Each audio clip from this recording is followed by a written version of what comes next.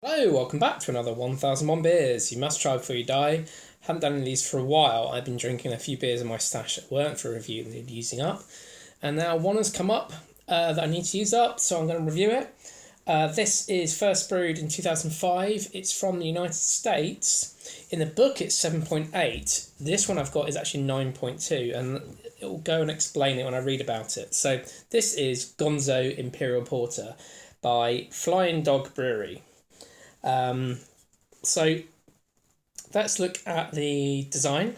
So this is a kind of skeletal figure. I'll explain what that's all about and who drew it a bit later. And there's a quote on here which is from Hunter S. Thompson, which has a huge link with this beer. It never got weird enough for me, it says. That's all it's got, and there's no other sort of story or anything like that. So let's crack this open and I'll talk about the beer. I've never had this beer before. I've had Flying Dog beers before, but not the Imperial Porter.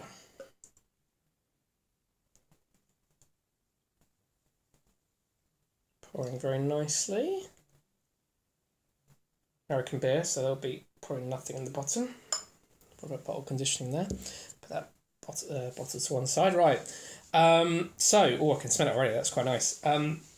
Tasty notes. Pours black with a thick tan head, leaving abundant lacing. Smells of roasted coffee beans, dark fruits and piney hops. Complex on the tongue, with smooth chocolate and caramel notes added to the mix. Lingering coffee and hops leave a final bittersweet impression. Okay. So, kind of small brown head here. It didn't fizz up, but that's sitting there quite nicely. It's not disappearing. That's pretty good. It is deep black. You can't see through it at all. It's quite cool. Right, just go for the smell.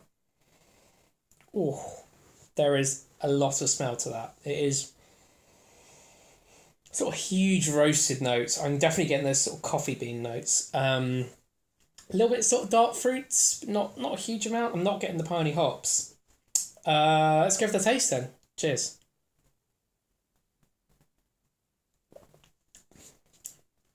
Oh, that is very complex. The first sort of taste I'm getting is very roasted.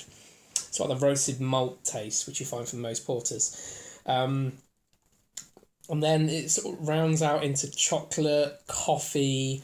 Not getting the caramel, it says. I'm also not getting loads of hops. I'm getting a lot of roasted, like dark roasted malt taste in here. It's really nice. I love the sort of chocolate coffee taste. That's really, really good. So I'm just going to leave that for a minute and let that just sit. I'll tell you a bit about the beer. So basically, after author Hunter S. Thompson committed suicide in 2005, the Flying Dog Brewery chose to honour the memory in the best way they knew how by making a limited edition beer. The first batch of Gonzo Imperial Porter, named with a nod to Thompson's Gonzo style of journalism, was 9% ABV.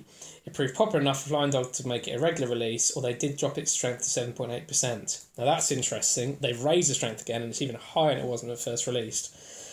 The skeletal figure I showed you earlier, this, along with all other Flying Dogs designs, is drawn by Ralph Steadman, who illustrated much of Hunter S. Thompson's work.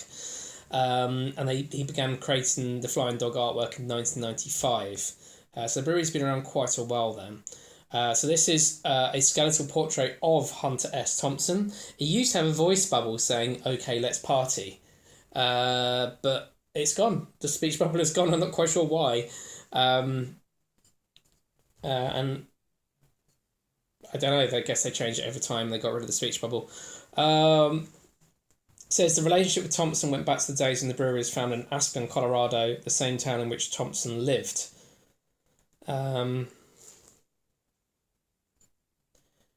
There's a bit about how one of their names got rejected, but that's not that interesting actually. So let's leave that to one side. Let's go back to the beer, which should always be the main attraction.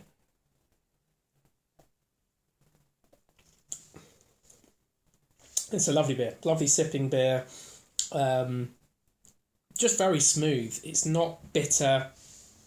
It's not at all sweet, and I like that. This is my sort of dark beer. I like dark beers that are very roasty and toasty. This would be a great one to have in the winter.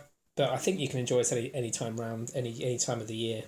Um, they say that it wouldn't matter if the beer was just a gimmick, but in 2008 it earned a gold medal in the World Beer Cup. I'm quite impressed that they don't feel the need to have to show a chocolate coin on the bottle.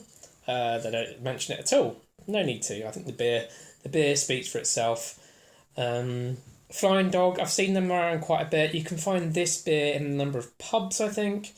Certainly more of their pale ales. Certainly, I think even in Wetherspoons does some of their pale ales. Wetherspoons about as far as you could go from Hunter S. Thompson, so that's quite amusing. I imagine they don't understand what the link is. So I'm going to leave this one there and go and drink the rest of this. It's a really nice beer. Definitely have it again. Like, comment, subscribe, and I'll see you for another beer review very, very soon.